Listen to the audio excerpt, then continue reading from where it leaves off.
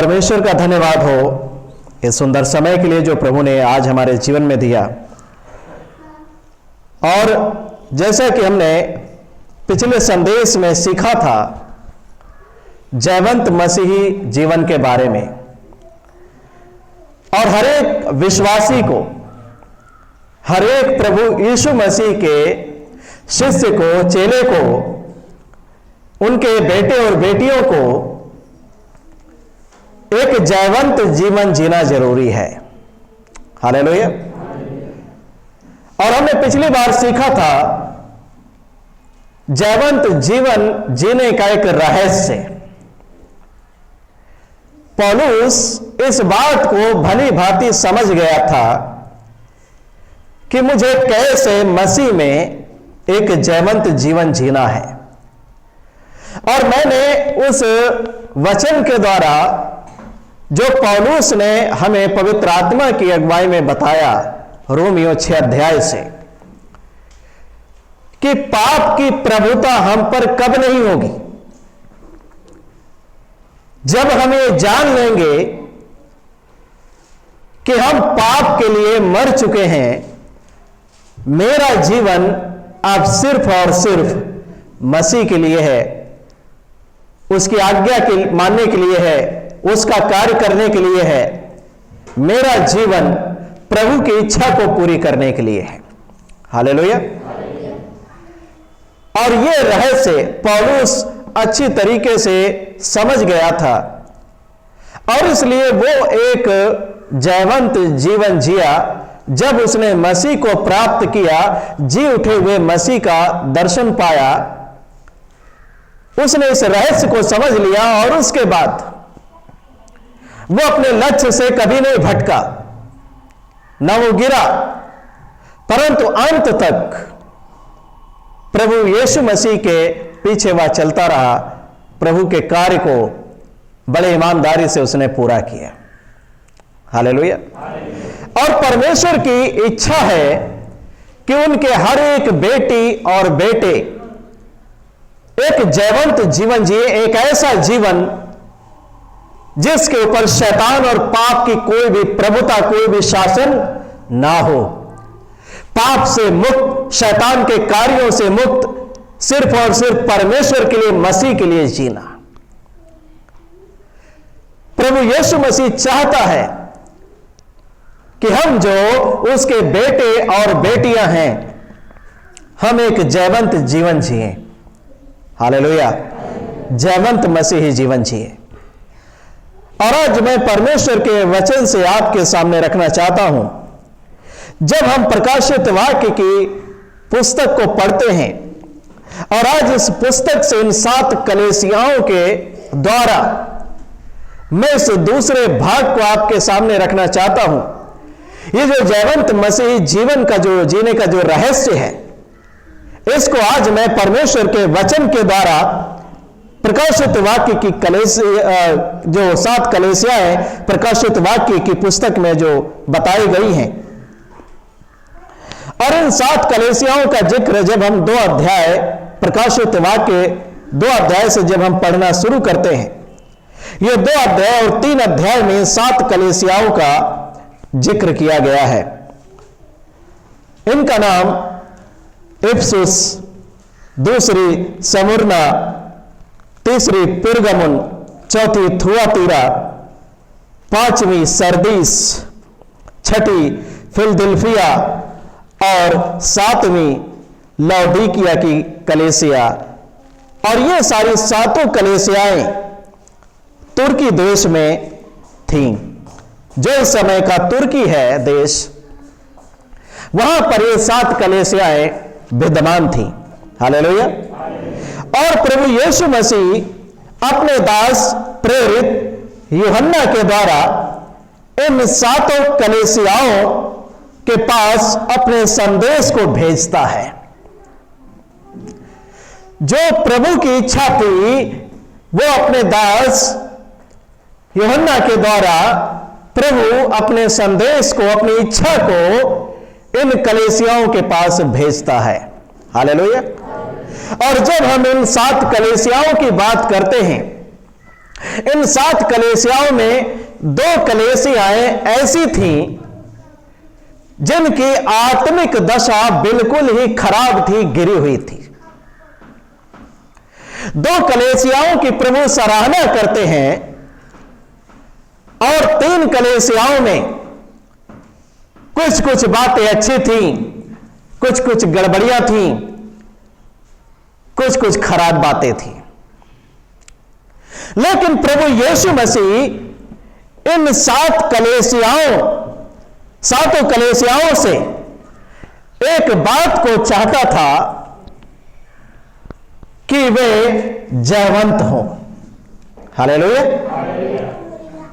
इन जब कलीसियाओं के विषय में जब आप पढ़ते हैं तो आपको एक बात सब कलीसियाओं में मिलेगी जो प्रभु इनसे चाहता था कि जो जय पाए, जो जयवंत हो, जो जय पाए उसको मैं इनाम दूंगा, प्रतिफल दूंगा।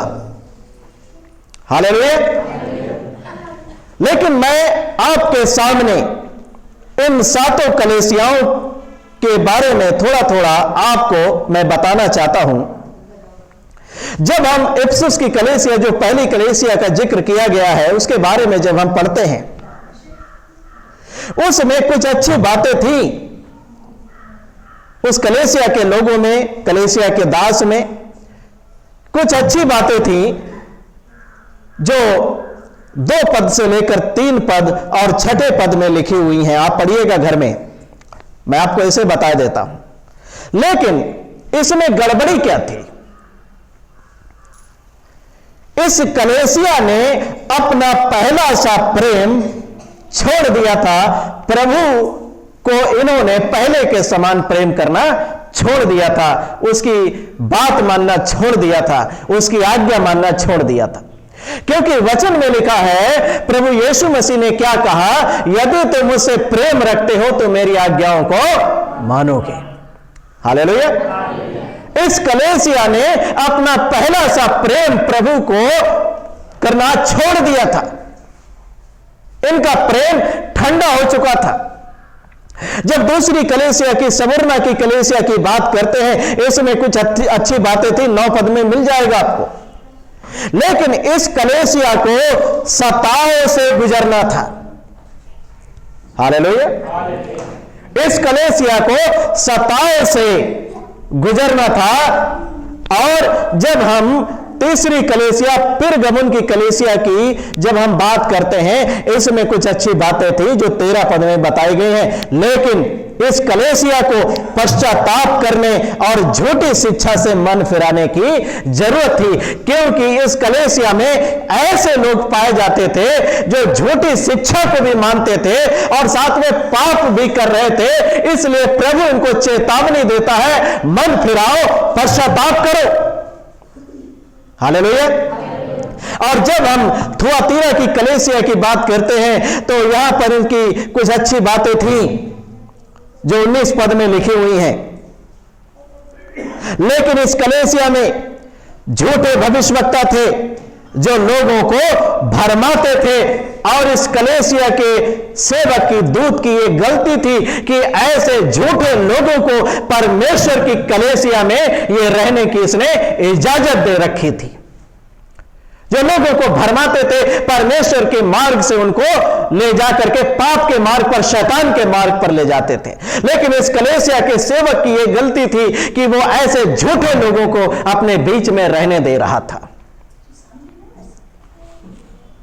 जब हम 5वीं कलीसिया की बात करते हैं, सरदीस की कलीसिया, यह कलीसिया एक सोई हुई कलीसिया थी। यह कलीसिया जीवित कहलाती तो थी, लेकिन थी मरी हुई, अपनी आत्मिक दशा में मरी हुई थी, सोई हुई कलीसिया थी। ये जीवित कलीसिया नहीं थी। खाली नाम के लिए लोग जमा होते थे, नाम के लिए प्रभु की आराधना होती थी, नाम के लिए प्रचार किया जाता था, नाम के लिए सारी चीजें हो रही थी, लेकिन इनके अंदर कोई भी आत्मिकता, पवित्रता, कोई भी जागृति नहीं थी। यह एक सोई हुई कलीसिया थी। परमेश्वर की आराधना को इन्होंने रीति रिवाज, परंपरा के रूप में ढाल दिया था। रीति रिवाज और परंपरा बना दिया था परमेश्वर की आराधना को। और इसलिए परमेश्वर इस कलीसिया के दूत को डांटता है। परमेश्वर कहता, मैंने तेरे किसी काम को अपने परमेश्वर के सामने पूरा नहीं पाया, इसलिए जागृत हो, मन फिराओ और जो चीजें मिटने को रह गई हैं उनको तुम पूरा करो। और जब हम छठवीं कलीसिया की, फिलदिल्फिया की कलीसिया की बात करते हैं, ये कलीसिया, इसने क्या किया था? इस कलीसिया ने धैर्य से सताव को सहा था और प्रभु के नाम का इनकार नहीं किया था। हालेलुया। इसलिए इस कलीसिया की प्रभु सराहना करता है। इस कलीसिया ने भारी सताव के बीच में भी प्रभु के नाम को ये पकड़े रहे, प्रभु के वचन को थामे रहे, ये प्रभु के मार्ग पर चलते रहे, ये पीछे नहीं हटे, ना ही अपने विश्वास का इन्होंने, प्रभु के नाम का इन्होंने इनकार किया, परंतु ये प्राण देने तक विश्वास योग्य रहे। हालेलुया। और ये फिलदिल्फिया की कलीसिया और स्मुरना की कलीसिया की प्रभु इसी कारण से तारीफ करता है, उसकी प्रशंसा करता है, सराहना करता है। हालेलुया। लेकिन लौदीकिया की कलीसिया यह एक ऐसी कलीसिया थी जो सांसारिक रूप से धनी थी, बहुत पैसा था, परंतु वह आत्मिक रूप से कंगाल हो चुकी थी। उसका विश्वास, उसका प्रेम, आत्मिकता, पवित्रता, आज्ञाकारिता, ईमानदारी, वफादारी जो प्रभु के साथ उनकी होनी चाहिए थी, वो सब चीज उन्होंने खो दिया था। और ये कलीसिया के लोग और इस कलीसिया के सेवक इस बात पर घमंड करते थे कि हम बहुत धनी हो चुके, हमारे पास बहुत पैसा है, बहुत दान है, सोना चांदी रुपया पैसा की कोई घटी नहीं है। लेकिन प्रभु कहता है, तू नहीं जानता, तू अभागा, नंगा, कंगाल और तुच्छ है।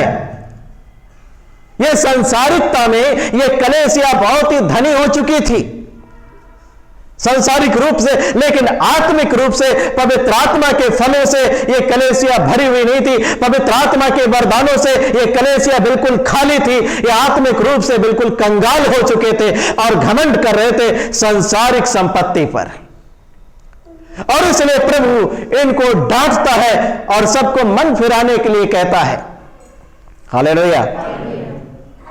और जब इन सातों कलीसियाओं की स्थितियों के बारे में हम गंभीरता से पढ़ेंगे, हमें समझ में आ जाएगा कि जो बातें आज हम इन कलीसिया के विषय में सीख रहे हैं, हमने इससे पहले इसके विषय में ऐसी शिक्षा को नहीं पाया, ना ही सीखा।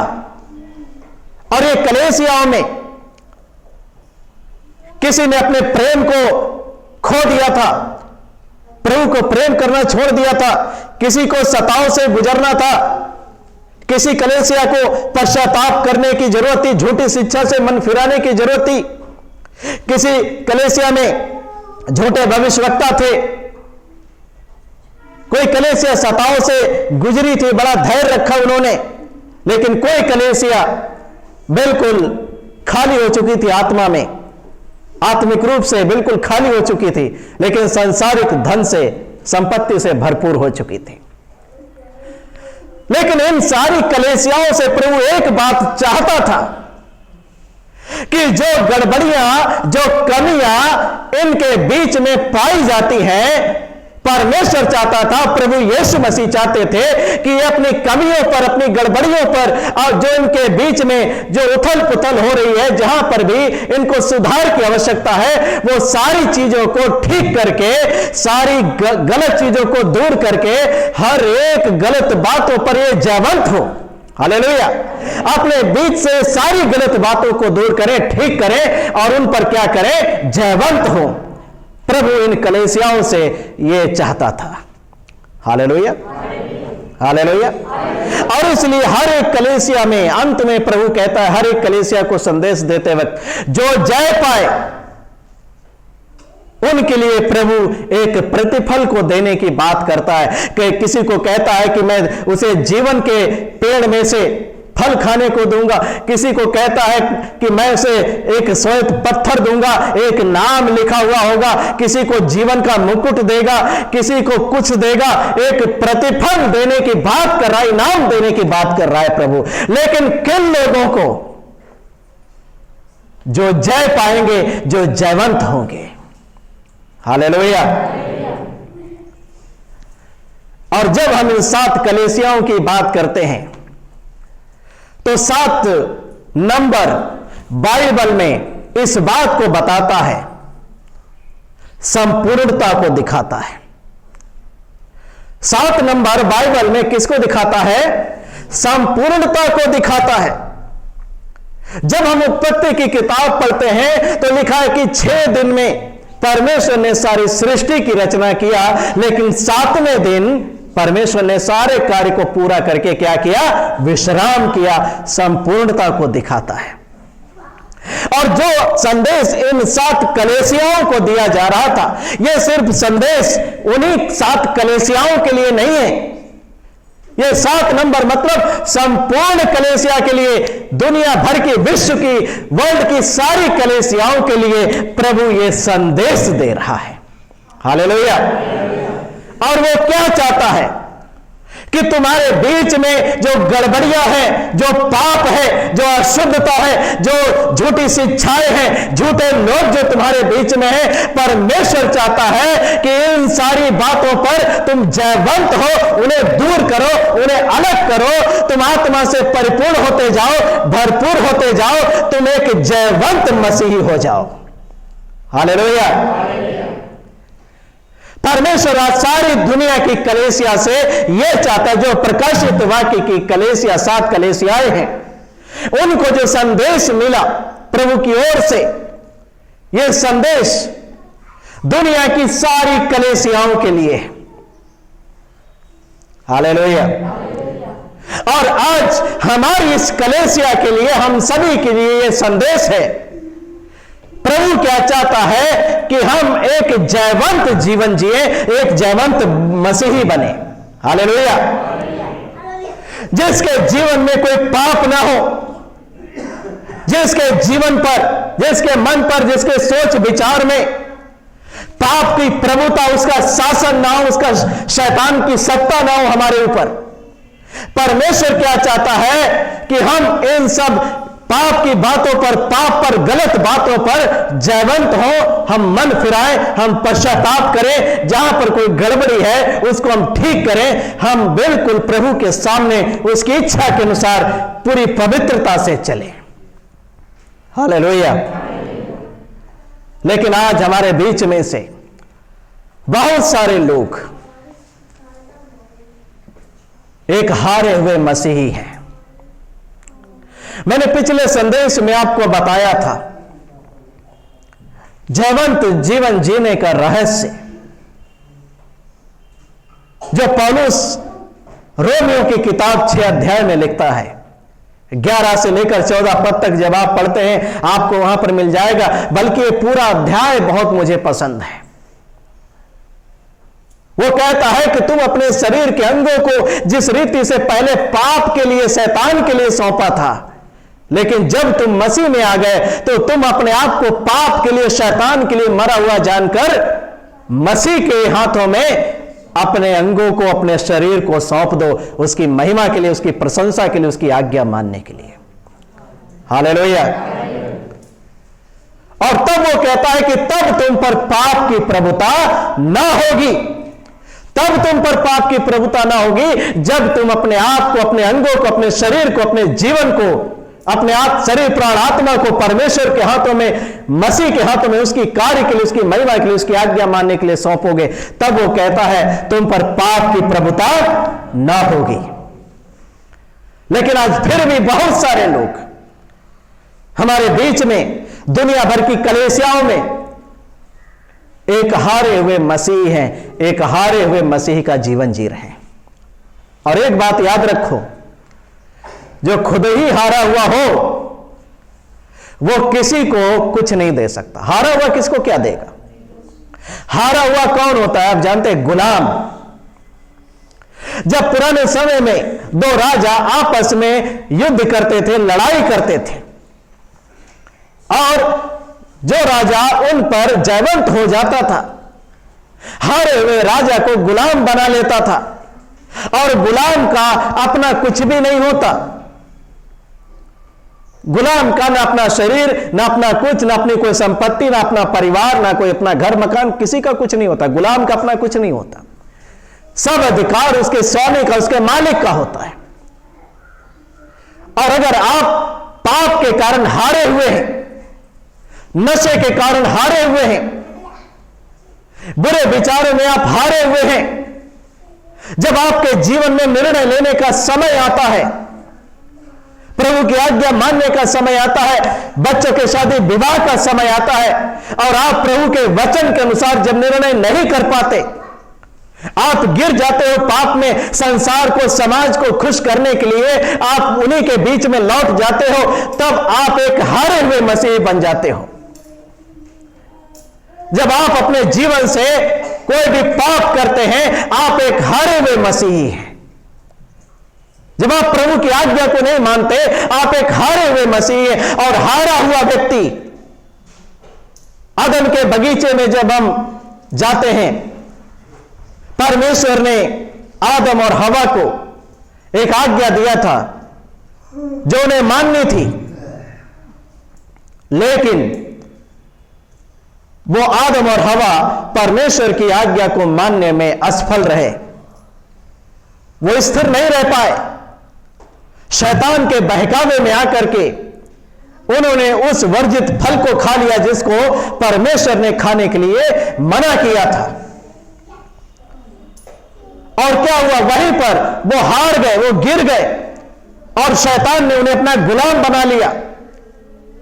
और तब से लेकर के मानव जाति शैतान की, पाप की गुलाम है।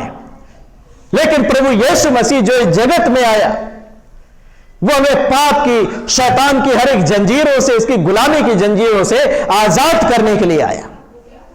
हालेलुया। और जब प्रभु यीशु मसीह इस जगत में आया, उसने एक जयवंत जीवन जिया। वो सिर्फ, उसका जीवन सिर्फ परमेश्वर की इच्छा को पूरी करने के लिए था। वो सिर्फ परमेश्वर की इच्छा पूरी करता रहा अपने सारे जीवन भर। और शैतान का कोई भी दांव प्रभु पर नहीं चला। शैतान बार बार प्रभु यीशु मसीह के पास परीक्षाओं को लेकर आया, लेकिन हर बार उसे हार का सामना करना पड़ा।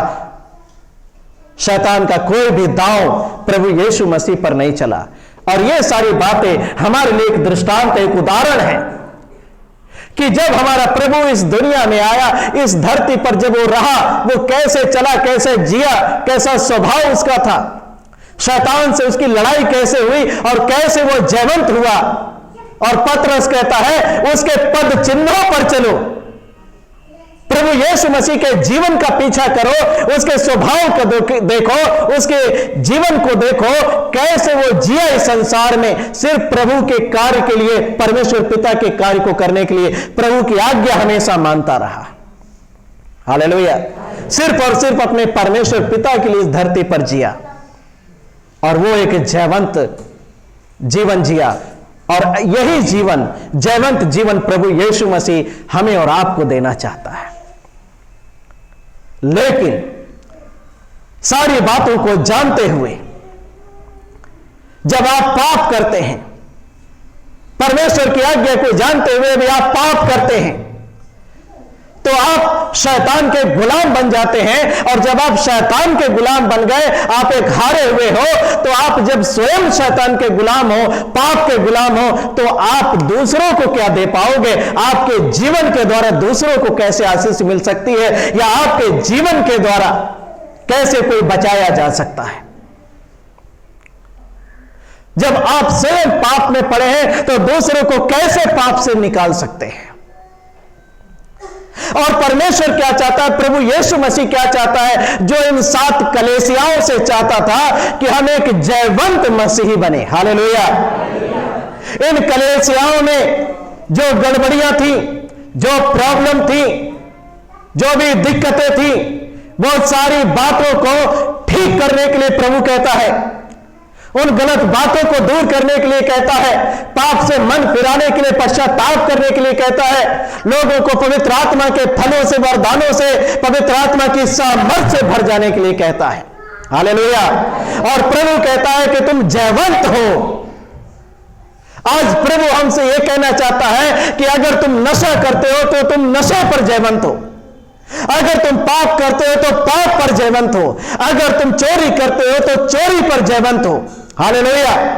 तुम्हारे जीवन में यदि कड़वाहट है, नफरत है, विरोध है, बैर है, झगड़े हैं, लालच है, आप अपने जीवन को जांचो, प्रभु से पूछो कि मेरे जीवन में कहां पर कौन सी गड़बड़ी है, कौन सा पाप है जो मुझे ठीक करने की जरूरत है।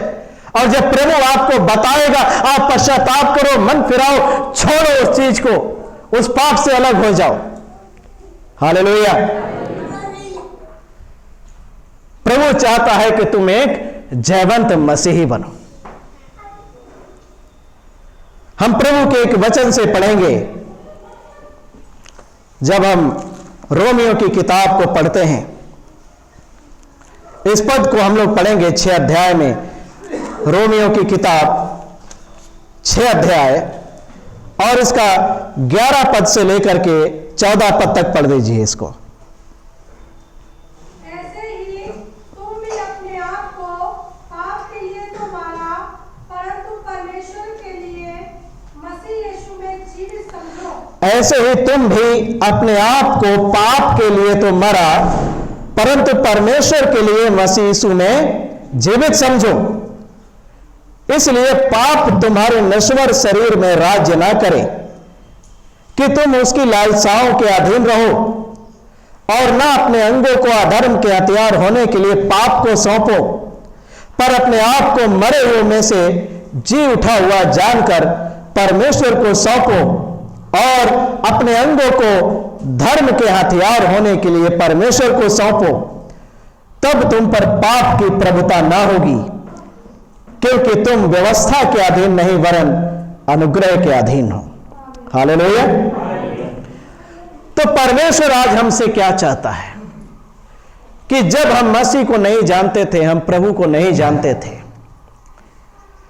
हम संसार में, इस पाप भरी दुनिया में, संसार में जी रहे थे, और हम दुनिया के लोगों के समान पाप कर रहे थे, अशुद्ध काम कर रहे थे, बुरी अभिलाषाओं में फंसे हुए जीवन बिता रहे थे। लेकिन जब हम मसीह में आ गए, हमने मसीह को पा लिया, तो प्रभु क्या चाहता है? वो चाहता है कि तुम अपने आप को पाप के लिए मरा, परंतु परमेश्वर के लिए मसीह यीशु में जीवित समझो। हालेलुया। पाप के लिए मरा, परंतु मसीह यीशु के लिए अपने आप को जीवित समझो। एक बात अपने मन में अब बैठा लो कि मेरा ये जीवन अब पाप के लिए नहीं है, नशे के लिए नहीं है, बीड़ी पीने के लिए नहीं है, तंबाकू खाने के लिए नहीं है, शराब पीने के लिए नहीं है, गांजा या नशे से संबंधित कोई भी चीजों का जो आप सेवन करते थे, इन सब चीजों के लिए नहीं है। मेरी ये जीभ अशुद्ध बातों के लिए नहीं, गाली देने के लिए नहीं, परंतु परमेश्वर की महिमा के लिए है। ये मेरी देह पाप करने के लिए नहीं, परंतु परमेश्वर की महिमा के लिए है। मैं अब पाप के लिए, शैतान के लिए नहीं, इस संसार के लिए नहीं, परंतु परमेश्वर के लिए जीवित हूं। हालेलुया। जब आप इस बात को अपने मन में बैठा लोगे, पाप से अलग हो जाओगे, प्रभु की आज्ञाओं को अपने जीवन में लागू करके वैसा ही करोगे, तब वचन कहता है कि तब तुम पर पाप की प्रभुता ना होगी। हालेलुया। पाप का शासन, पाप की सत्ता तुम्हारे ऊपर नहीं होगी, परंतु पवित्र आत्मा की सत्ता, परमेश्वर की सत्ता, प्रभु यीशु मसीह की सत्ता, उसका अधिकार हमारे ऊपर होगा। हालेलुया। और जब पवित्र आत्मा हमारे अंदर आएगा, वो पवित्र आत्मा क्या करेगा? पाप से लड़ने में, शैतान से लड़ने में हमारी मदद करेगा, सहायता करेगा, और क्या होगा? हम एक जयवंत मसीही बन जाएंगे। हालेलुया। जैसा कि प्रभु यीशु मसीह ने यूहन्ना की किताब 7 अध्याय उसके 37 और 38 पद में प्रभु ने कहा, यदि कोई प्यासा हो तो मेरे पास आए और पिए, और मैं इसे एक ऐसा जल दूंगा, अगर उसमें से कोई पिएगा तो वो स्वयं एक उमड़ता हुआ सोता बन जाएगा, उसके अंदर से जीवन के जल की नदियां बह निकलेंगी। और वो क्या है? वो पवित्र आत्मा है। अगर आपके अंदर जयवंत जीवन की जीने की प्यास है, पवित्र आत्मा को पाने की प्यास है, पवित्र जीवन जीने की प्यास है, प्रभु की पहचान में बढ़ने की प्यास है, प्रभु के योग्य बनने की प्यास है, प्रभु की आज्ञा मानने की प्यास है, प्रभु के लिए जीने की अगर प्यास है आपके अंदर, तो प्रभु कहता है कि तुम मेरे पास आओ और मैं तुम्हें एक ऐसा जल दूंगा जिसको तुम पियोगे और तुम्हारे अंदर से जीवन के जल की नदियां बह निकलेंगी। Hallelujah, hallelujah. प्रभु यीशु मसीह अपनी हर एक संतान से यह चाहता है कि हम एक जयवंत मसीही बने, हम एक जयवंत जीवन जिए, हम सिद्धता की ओर बढ़ते जाएं। अब समय आ चुका है, जैसा कि इब्रानियों का लेखक कहता है कि आरंभ की शिक्षा की बातों को छोड़ करके, वाद शिक्षा की बातों को छोड़ करके हम सिद्धता की ओर बढ़ते जाएं। हालेलुया। हम कब तक दूध पीने वाले बच्चे बने रहेंगे? हम कब तक सिद्धता की ओर नहीं बढ़ेंगे?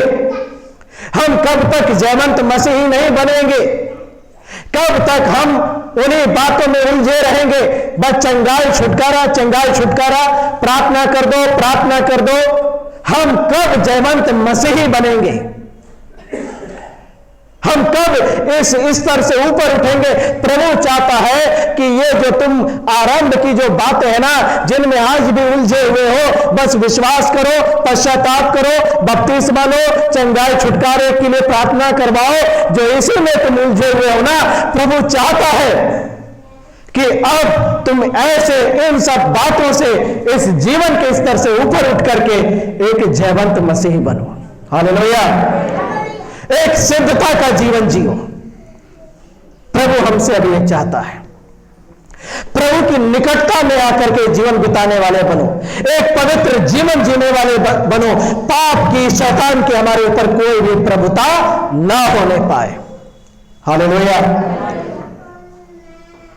प्रभु यीशु मसीह आज इन 7 कलीसियाओं के द्वारा हमें और पूरी दुनिया के लोगों को, कलीसियाओं को यह संदेश देना चाहता है कि वो जयवंत बने। हालेलुया। वो जयवंत जीवन जिए। हालेलुया।